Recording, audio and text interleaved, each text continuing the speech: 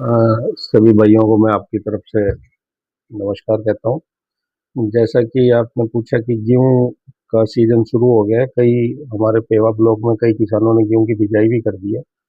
और गेहूं की वैरायटी की जहाँ बात है, वो बहुत अच्छे अच्छे बीज सरकार के द्वारा उपलब्ध करवाए गए हैं, जो कि हमारा हरियाणा कृषि विश्वविद्यालय अनुसंधान केंद्र है, वहाँ से भी कई वैरायटी है। और जैसे वैरायटियों की बात करूँ तो एक 1270 वैरायटी है, 327 है, 862 वैरायटी है। ये बहुत ही अच्छी वैरायटी है, किसानों ने यूज भी की हुई है, जिनका पिछली बार पैदावार बहुत अच्छा रहा था। तो मेरी किसान भाइयों से यही सलाह है कि समय अनुसार गेहूं की बिजाई करें और कृषि विभाग से संपर्क में रहें।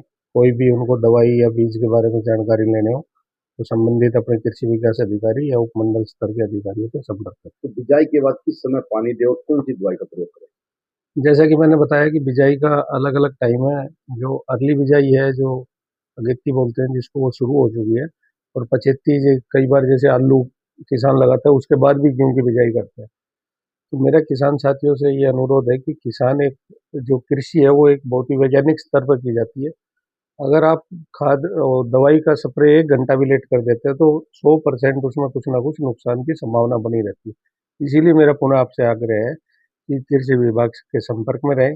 जैसा कि अब जो खरपतवार नाशक यूज करने हैं या दीमक के लिए अप्लाई करना है, तो उसका भी टाइमिंग होता है। जहाँ तक आपने पानी की बात करी, तो जैसे बत्तर आते ही किसान बिजाई करता है तो पानी अनुसार, अगर जैसे गेहूं में हम बात करें तो मनुष्य की दिक्कत आती है।